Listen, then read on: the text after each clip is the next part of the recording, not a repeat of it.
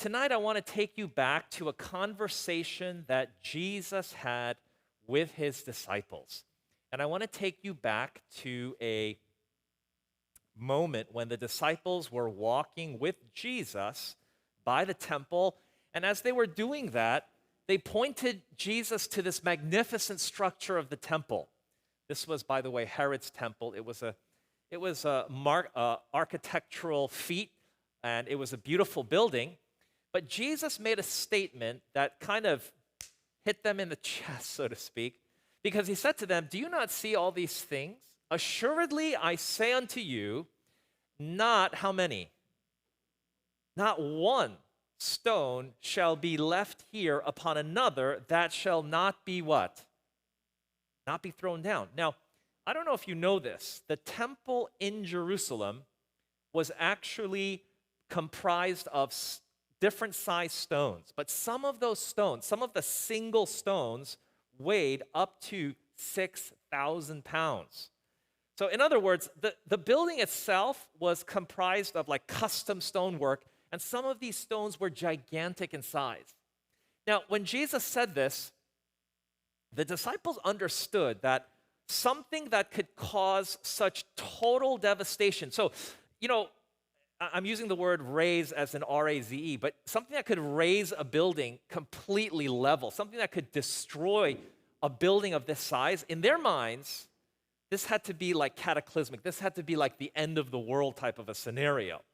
So when Jesus said this, the disciples were just stunned. They were shocked. By the way, if you ever get a chance and you go to Italy, if you go to Rome, there is an actual structure that commemorates this event. It's called the Arch of Titus. If you study your history, you will learn that two generals from Rome, Cestius and later Titus, they sieged Jerusalem. And when they sieged it, Titus was fortunate to be able to plunder the temple before it burnt up. And I'm going to talk about that in just a moment. But they plundered the temple, and one of the things that they took out of it, this is inscribed on relief on this Arch of Titus, was the 7-branch candlestick. If you look in the Bible, this was actually made of pure gold during Solomon's reign. What's fascinating about this is that what Jesus predicted when he said not one stone would be left upon another, what Jesus predicted actually came true. How do we know? Well, first of all, when the Romans besieged Jerusalem, there was strict orders given. He said, whatever you do, the general Titus said, whatever you do, don't set the temple on fire. Well, during the heat of the battle, and we don't know, the historian, I think Herodotus, tells us that someone threw a burning torch into the temple. And the temple, though it was constructed of stone, it had a great deal of very, very old cedar wood inside of it. And I think you know the scenario. The cedar wood was just a match to hay. And so basically it combusted, it burned. And guess what? In all of that stonework, among the artifacts or the temple furniture, there was actually a lot of gold. And guess what? The gold started, in that fire, in that raging inferno, the gold started to melt. Guess where it went? It seeped into the stonework of the temple. As it seeped into these cracks and these crevices, this burning temple became like the centerpiece of this massive onslaught from the Romans and the Jews. But when the temple finally stopped burning and everything subsided, looters came into the city by night. Guess what they were looking for? They were looking for gold. And so you know what they had to do to get to it? They literally pried apart the stonework to get at the gold. And so when Jesus predicted this event, it actually came true sometime in the year 70 AD. Now, the disciples, they were stunned. They were confounded by this statement of Jesus. Keep in mind that what Jesus had predicted, they had not yet seen it fulfilled. And so they wanted to know, in their minds, they thought, okay, whatever does this kind of destruction, this has got to be divine judgment. This has to be the end of the world. So notice their question. They said, tell us, when will these things be? And what shall be the sign of what? Your coming, and what else? The end of the age. See, the disciples made the assumption whatever could destroy the temple, such a magnificent large building, whatever could destroy it completely like this, It had to be the end of the world. Well, fortunately, that wasn't the case, because if it was so, we wouldn't be here. That would have all ended in the year AD 70. But Jesus knew that the events which led up to the destruction of the temple in AD 70 would be very similar to things that would happen right before the end of the world. And so in answering their question, Jesus wove these two events, the destruction of Jerusalem in AD 70 and events that would proceed right before the end of the world. He wove them together in one answer, which is recorded in Matthew chapter 24. It's called the Olivet Discourse. And as we look at this tonight, I want you to notice that as soon as they ask the question, Jesus, tell us, what will be the sign of your coming of the end of the world? The first thing that Jesus tells them, he doesn't give them a sign. Instead, he says, take heed that no one what?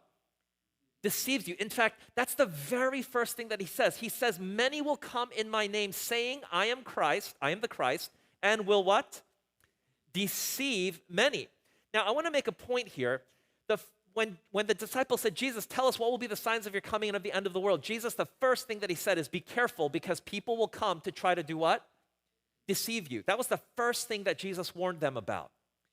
Then Jesus begins to give them some signs, and I want you to notice what he said. He said, you will hear about what? Wars, and what else?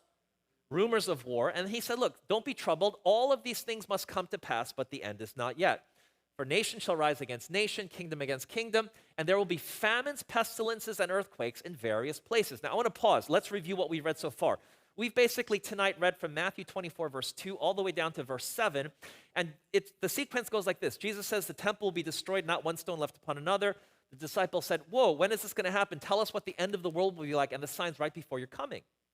Then Jesus says, don't be deceived. And then he says, you're going to see nation rise up against nation. There will be wars and rumors of war. And then he lists some of these other things, which we'll go into in just a moment. Now, some of you are sitting here, and maybe you're watching this on video, and you're saying, that's not a sign.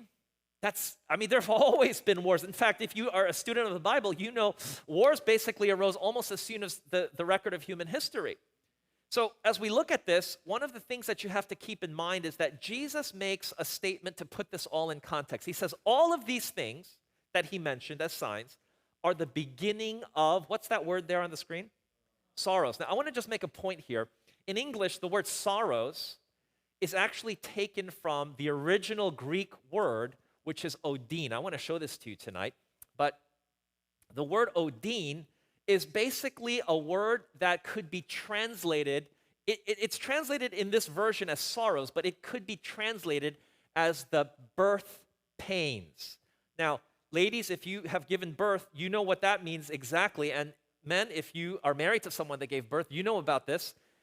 Before a woman gives birth, something happens. These contractions that they experience, they get closer together and more what? More intense, right? More frequent and more intense, isn't that right?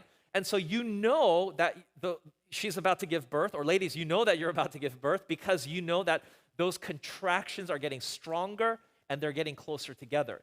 Jesus said, these signs, these wars and rumors of war, famines, pestilence, earthquakes, all of these would be like birth pains. In other words, as we get closer to the end of time, they will become more frequent and more intense. If that's clear, could you just say amen?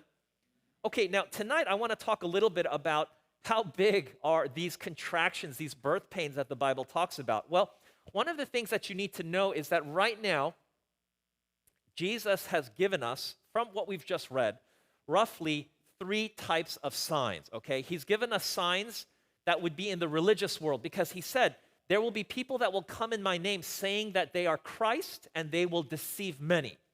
The second thing that he told us is that there would be political signs. There would be wars and rumors of war. And then he also said there would be signs in the natural world. He said there will be famines, pestilences, and earthquakes in diverse places. So tonight I want to focus on these 3 sections of signs that Jesus talked about. Jesus didn't say a few. He said what?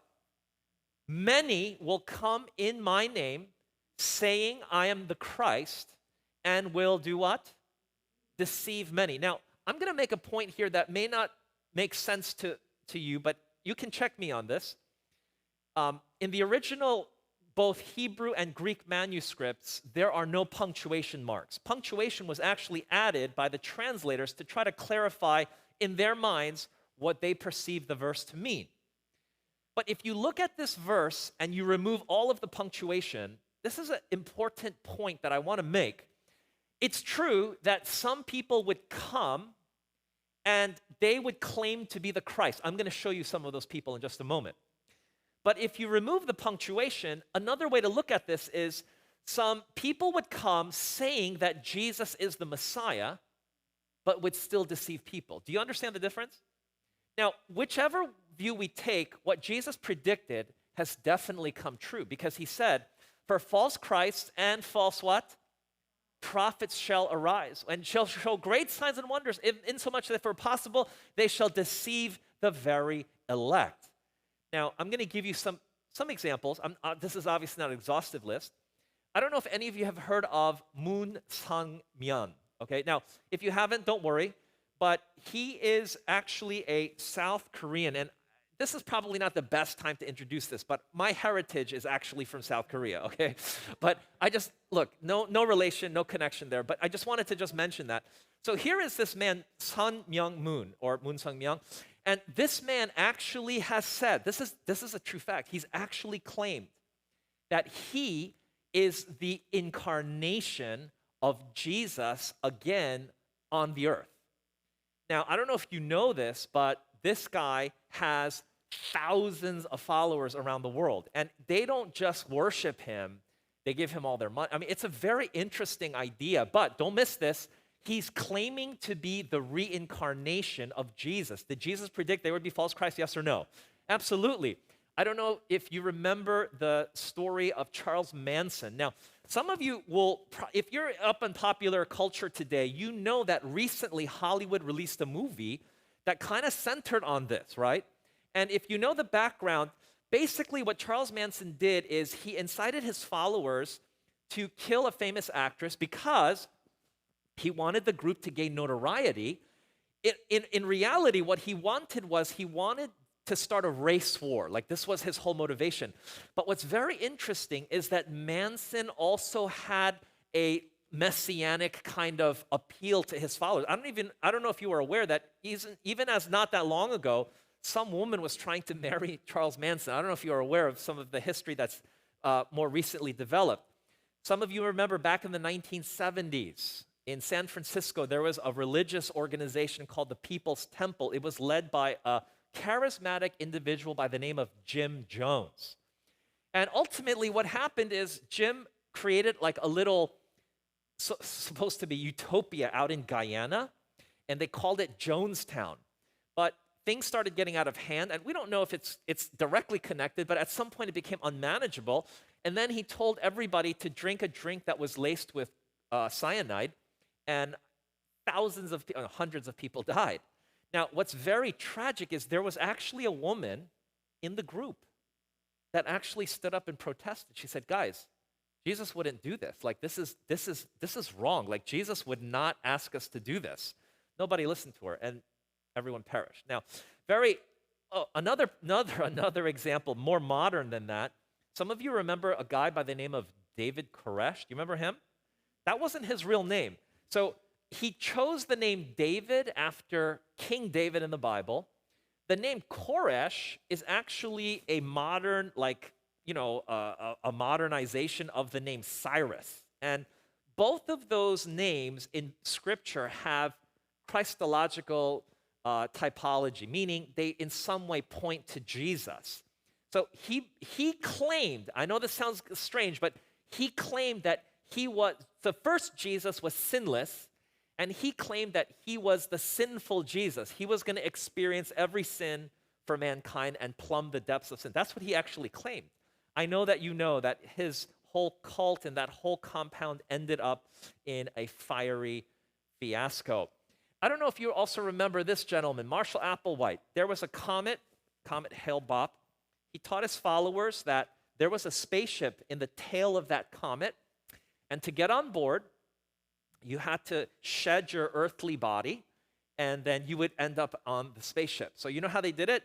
They took phenobarbital, they all overdosed. They even put plastic bags over their heads, and then 26 people killed themselves, and this was because of the false teachings of this man. Now, do you realize that these were very, very clear fulfillments of people that claimed some type of messianic or Christological, they had these aspirations, and yet they had deceived people to the point of leading them to death. Paul writes in 2 Timothy that in the last days, perilous times would come, for men would be lovers of themselves, having a form of what? Now, I'm going to underscore this because when Paul writes about the last days, he's talking about Christians here. How do I know? Because they have a form of what? Godliness. You know what that means? It means they're pretending to be spiritual. You catch that? Secular people don't pretend that, right? They're living their, hedonistic lifestyles, but this is talking about Christians. They have a form of godliness, but they deny its power. And this is actually, we're seeing the unfolding of this right now in our country. If you really look carefully, by the way, there is a survey group, the Barna Group. They conduct spiritual surveys, and they actually examined, and I think they surveyed just Christians on 4 essential questions. So here was the first question. They asked them, would you agree with the statement, God is the all-powerful, all-knowing creator of the universe who rules the world today? So simple question, do you accept this principle as being true? And only 78% said yes. Now remember, the survey was only for Christians, which means only 3 out of 4 Christians today believes that God is the all-powerful creator. That might not be a shock to you, but let me share with you the second point. They asked these Christians, just Christians, is Satan real? Or is he just a symbol of evil? In other words, is there really a devil? That was the question they were asking. Did you know that 59% agreed to this idea that there is no Satan, it's only just a representation of evil? That's almost half, like 1 out of 2. That's alarming. And then they asked a third question, did Jesus sin while he was living on earth? Now, I don't know how familiar you are with popular media, but there was a movie by, I think his director's name was Kazansakis. He made a film called The Last Temptation of Christ, and maybe that was an influence, but did you know that 40% of the viewers believed, or the surveyed believed, that Jesus had sinned while he was on earth? I don't know if you know the implications of that. If that's true, everything we're doing makes no sense, like no point, okay? And then the fourth question that they asked was, is the Holy Spirit a real being, or is it just a symbol of God's power? Basically it's just this presence, but it's not really a separate member of the Godhead. And you know what? 58% of Christians said, yes, Holy Spirit isn't a being, it's just presence. Now, why am I sharing this with you? Paul's prediction was right when he said that at the end of time, people would have a form of what? Godliness. Like, in other words, it would just look like they were Christians, but the truth is that in reality, they were pretty far from the tenets of what Christianity really believed. Let's move on tonight, but we've talked about some of the religious signs. Let's talk about some of the political signs that Jesus predicted. He said, you will hear of wars, rumors of war. See that you're not troubled, for all these things must come to pass, but the end is not yet. For nation will rise against nation and kingdom against kingdom. Now, I don't know if you know this, but in the 1800s, there was a philosopher by the name of Friedrich Nietzsche. And this Friedrich Nietzsche, he made the statement, he said, God is dead, and if people accept this idea that God is dead, then the 20th century will be the most bloody century of all. And guess what? His words came true.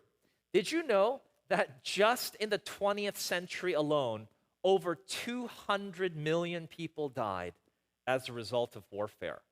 And that's a staggering number of people. I don't know if you are, to put that in perspective, the population of the United States is like 380 million. So this is like over half of the population of the United States. Did you know that as we're sitting in this room right now tonight, around the world, right now, there are roughly 40 armed conflicts. You know why I said 40? Because Afghanistan stopped. And when we wrote this, Afghanistan was still going, okay? But there's like roughly 40, and there's a Wikipedia page that monitors all the active war zones in the world right now.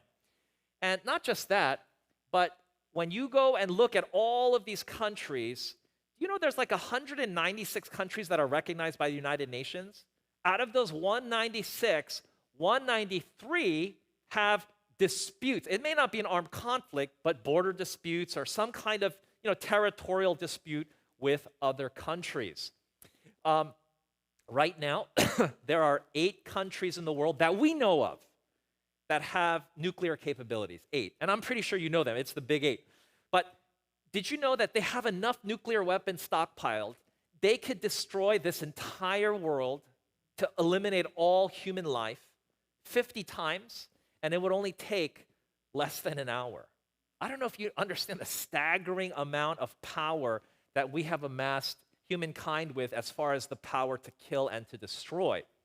So now I want to talk to you a little bit about the predictions that the Bible makes about the economic situation at the end of time. It says, "Come now, you rich, weep and howl for your miseries that are coming upon you. Your riches are corrupted, and your garments are moth-eaten." Now look closely. Your gold and silver are what? Corroded, and their corrosion will be a witness against you and will eat your flesh like fire. You have heaped up treasure in the what times? In the last days. Now, this statement is very telling. And the reason I say this is some of you will know that gold doesn't rust, right? Silver, pure silver will corrode, but for the sake of the verse, gold doesn't rust. But let's just say, just for illustration's sake, let's say you had a vault full of gold bars, and one day you open your vault, and all of a sudden, like all the gold that you had amassed, it's rusted and it's just in dust. What happened to your wealth? What happened to it? It's gone. It just evaporated, right? That's exactly what the Bible was talking about. It's talking about people at the end of time, because notice it says you've heaped together treasure for the last days. It's talking about the sudden devaluation of wealth. Did we see that? Yeah, just look back just a few years, 2008. You had millionaires that became thousandaires, isn't that right? Why? It's not that, they didn't have gold. It was just all, fiat currency, so to speak. But the idea was that these people's wealth, it suddenly devalued, right? And look, you and I both know, some of these bankers and some of these people, like they jumped out of their windows because the wealth that they had amassed suddenly just evaporated like the dew in the morning sun. This is a very, very interesting illustration of the times that we're living in right now. But I want to talk to you about the third category of signs that Jesus gave, because he predicted that there would be signs in nature. I want you to notice what he said. He said there will be what? Famines, pestilences, and what else? Earthquakes in various places. Now, I want to tell you something. Even as we're sitting here tonight, most of us are not aware of the world hunger statistics. I admit to you that I was very surprised as I prepared for this presentation this evening, because I realized that unbeknownst to us, even as we're just here sitting in the comfort of this room, there are people all around the world that are struggling just to survive. Did you know that every 6 seconds a child dies from starvation? And you can look this up. There are so many websites that give the statistics about world hunger, so it's not hard to find this. Do you realize that there are actually over 1 billion people? They have food to eat, but just because you have food, it does not mean that you're getting proper nutrition. You understand the difference, right? So there are literally 1 billion people in the world right now that are struggling. I'm not going to read all these statistics, but it's shocking to understand what is happening in the world today. But I want to talk to you also about the epidemiological landscape. Now, that's just a word that talks about diseases, because Jesus said that before he comes, there would be famines and pestilences. The Greek word for pestilences is literally the word plague, okay? So if you look on the screen, the diseases that you see mentioned there are either new or they're old things that have become suddenly untreatable. If you're a nurse or if you're in the medical profession, you know this. Diseases are becoming, well, bacterial infections are becoming more and more resistant to antibiotics. Is that true, yes or no? That's true. I think most of you, if you work in the medical industry, you will know that. Do you see that tuberculosis is there? Did you know that several years ago, there was a growing concern that in some parts of the world, tuberculosis is back and they can't control it? I'm going to talk about that a little bit more in just a little bit. And I don't need to tell you that now there are respiratory infections. I listed SARS here, and I'm going to talk about COVID in just a moment. But these are diseases that didn't seem so prominent on the landscape of disease, but now in more recent times have become significant factors in the health of millions of people. Okay, so this is about the things. But I want to shift gears here now to talk to you a little bit about earthquakes, because Jesus said there would be famines, pestilences, and then he said there would be earthquakes.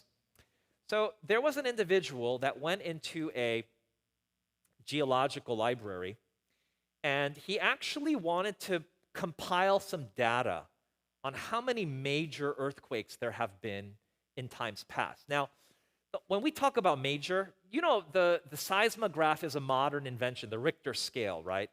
But we're talking about earthquakes that were so notable in history that people died and buildings collapsed. That's the kind of earthquake. So they started researching this, and this is what they found. From the 1st to the 3rd century, there was one earthquake that's notable, just one, okay? And it's recorded. A lot of people died, you know, buildings collapsed. And then in the 3rd through the 5th, there was 2. Now, keep in mind, there was no Richter scale back then. So you have to understand that we're looking at things that historians mention. Wow, this was an earthquake. And you got to think, if a historian mentions it, that must have been something. And then you go to the 5th through the 8th century.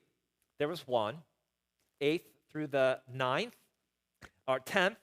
And then when you get to the 11th through the 13th, you have 2.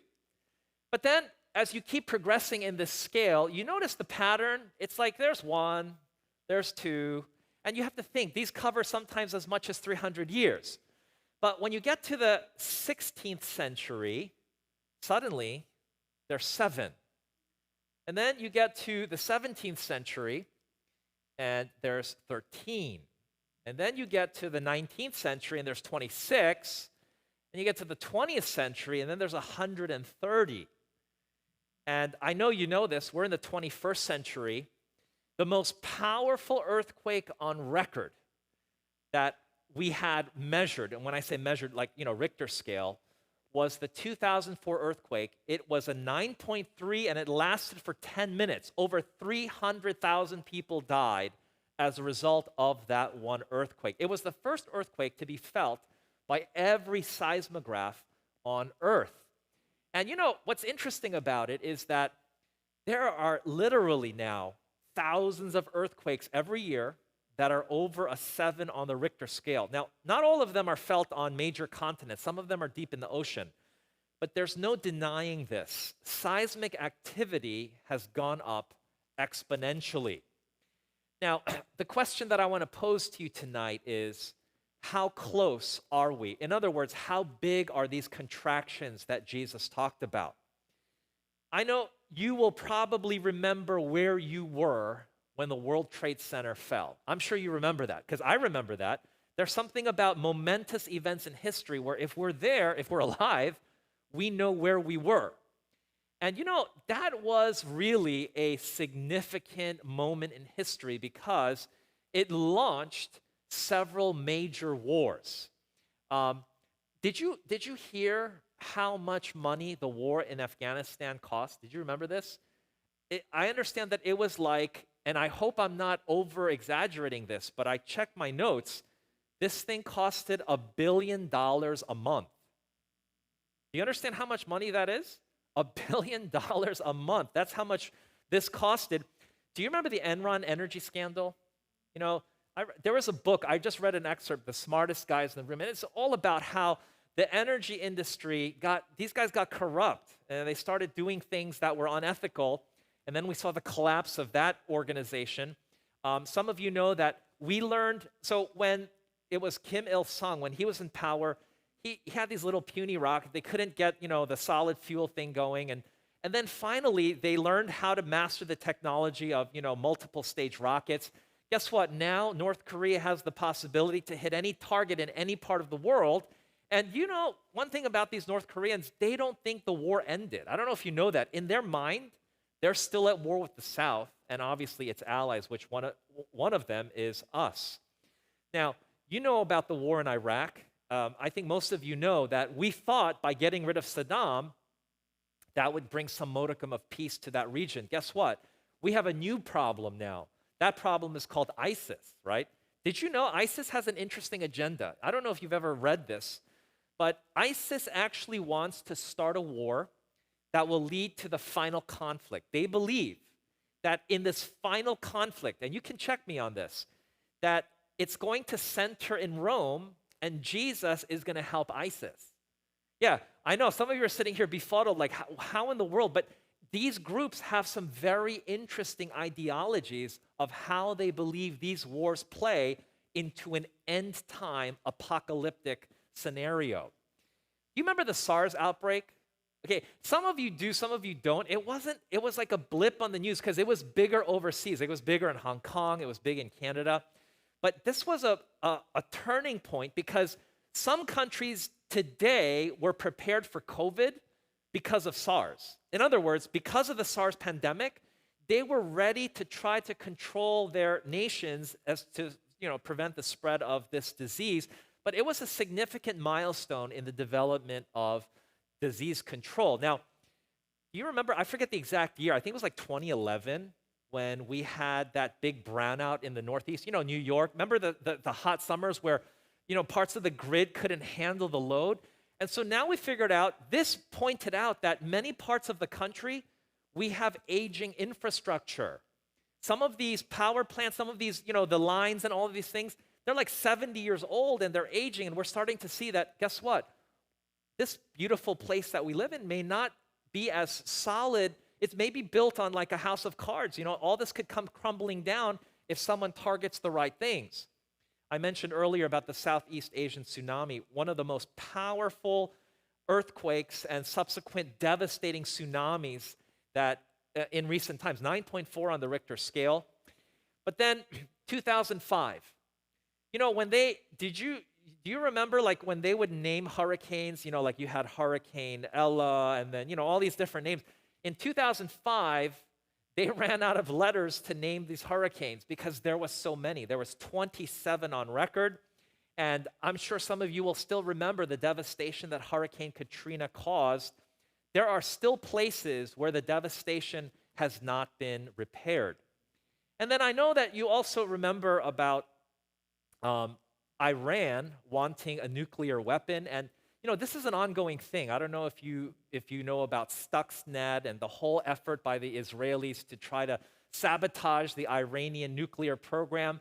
The point is that Iran literally wants to wipe Israel off the map, and they're in a constant quest to develop and gain nuclear weapons. And then you probably remember in 2008, we had the massive global recession. Do you know right now, I'm sure you are aware that China has been rocked. Its financial sector has been rocked by some major corporations that have failed. Are you aware of the Evergrande collapse?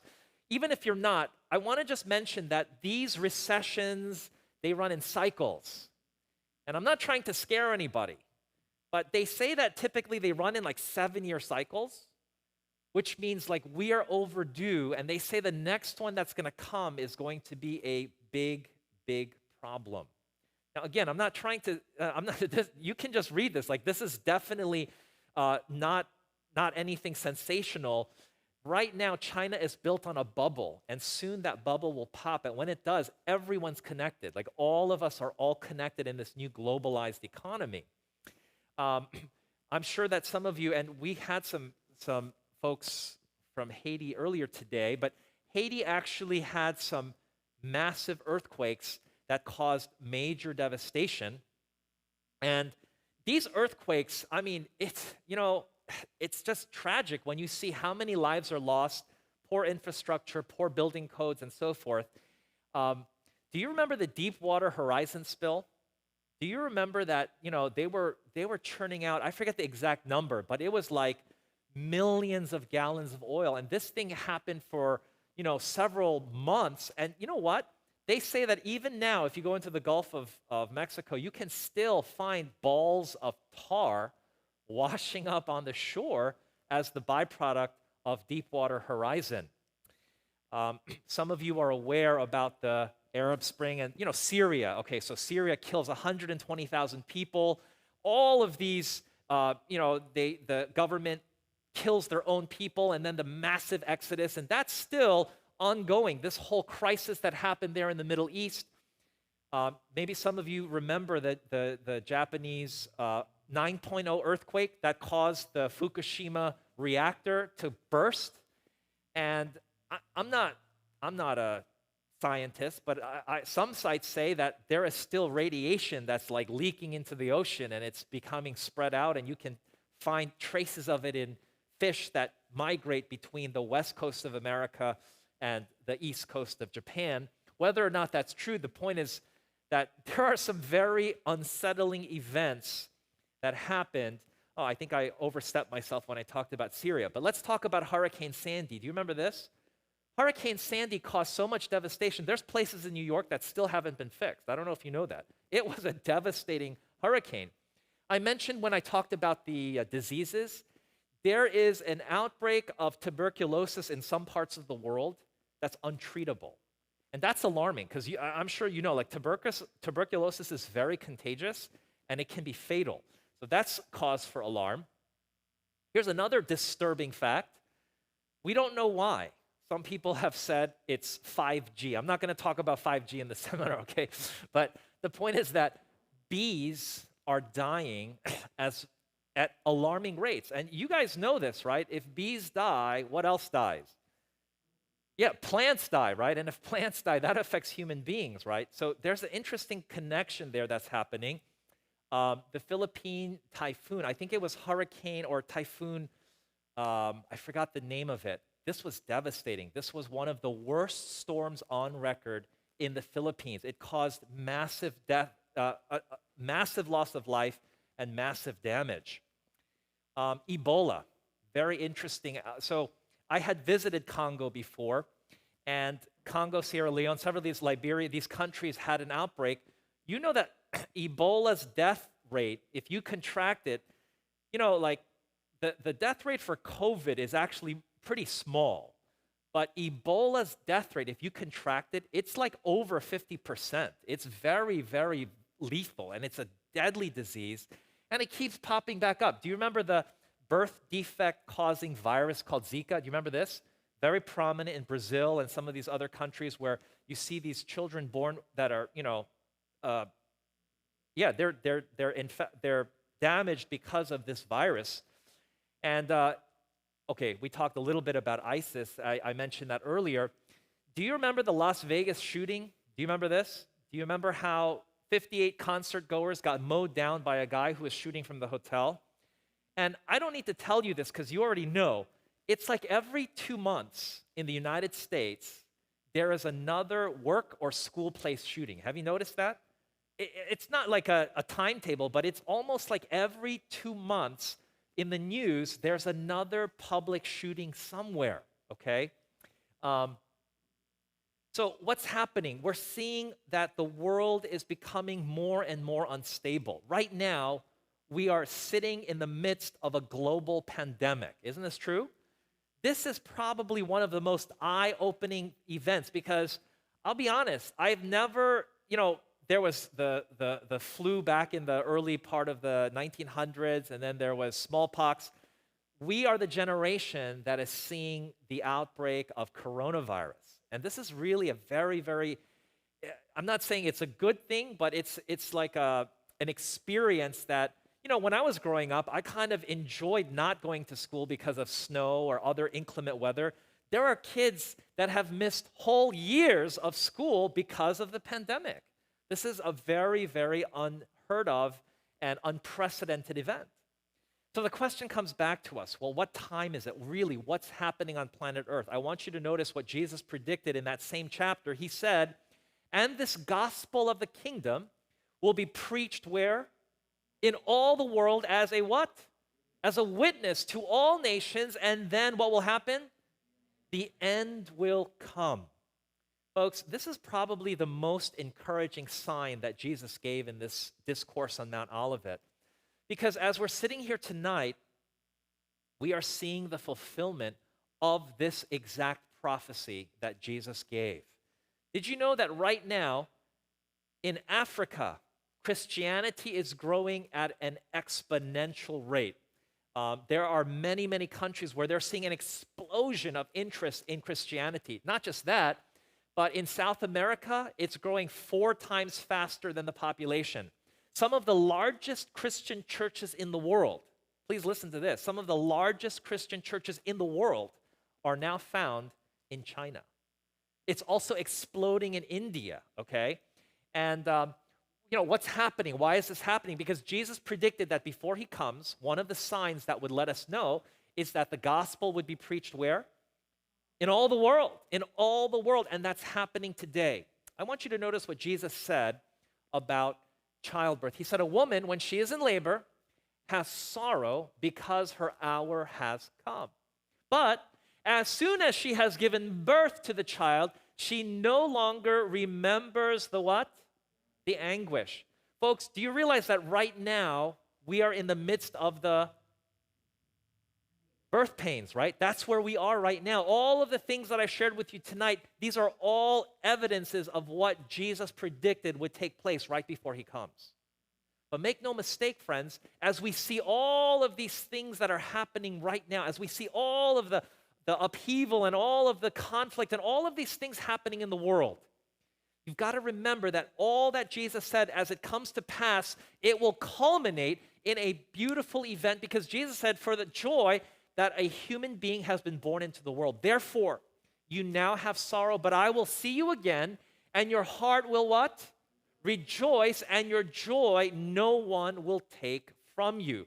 Do you realize what Jesus is talking about is he's talking about his return. He's saying that all of the things that we have to go through, all the conflict, the disease, and all of the political and religious and natural science, all of these things, these are the birth pains.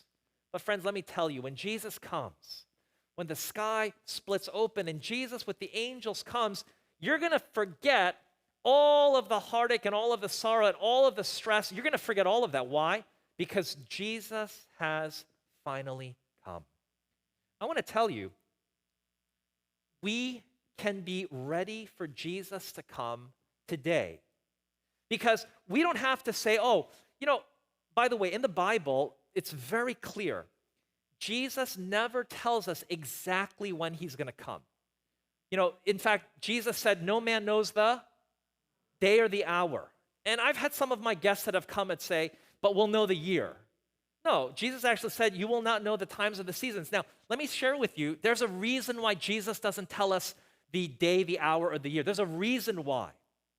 It's called human nature. You know what human nature will do? Let's say that you knew Jesus was going to come, and I'm not saying he will, but let's say you knew that Jesus was going to come in November of 2022. You know what most people would do? They would party like no tomorrow until October. That's just human nature. Do you get it? We always put off for tomorrow what we should do right now. So you know what Jesus does? He doesn't tell us because he wants us to always be in a state of what? Readiness. And I want to make this invitation to you tonight, because some of you may be thinking, you know what, I'm not ready. What would keep you? What would prevent you from being ready for Jesus to come? Maybe there's some cherished sin in your life. Maybe there's something that you're holding on to that you know keeps you from being ready. Friends, I want to tell you, everything that we go through in this life, all the heartache, all the pain, all of that will be forgotten in a moment when we see Jesus come. I want to challenge you, nothing is worth missing out on that event. And as we close this evening, I want to invite you to bow your heads with me. Let us prepare ourselves for what is coming by having faith in Jesus. Father in heaven, tonight, we've talked about the signs of the end. There is definitely a planet in upheaval. We've seen these signs, we've seen these things, and we're seeing them right now. Lord, I know that in this room tonight and watching, there are people that long for Jesus to come. I know that there might also be people that they want to meet Jesus, but they know that their lives aren't ready. Lord, help them. Give them courage. Help them to be willing to give up anything that might separate them from being ready to meet Jesus when he comes. Lord, please continue to guide us in the study of prophecy in this series, Discovering Revelation, for we ask these things in Jesus' name we pray.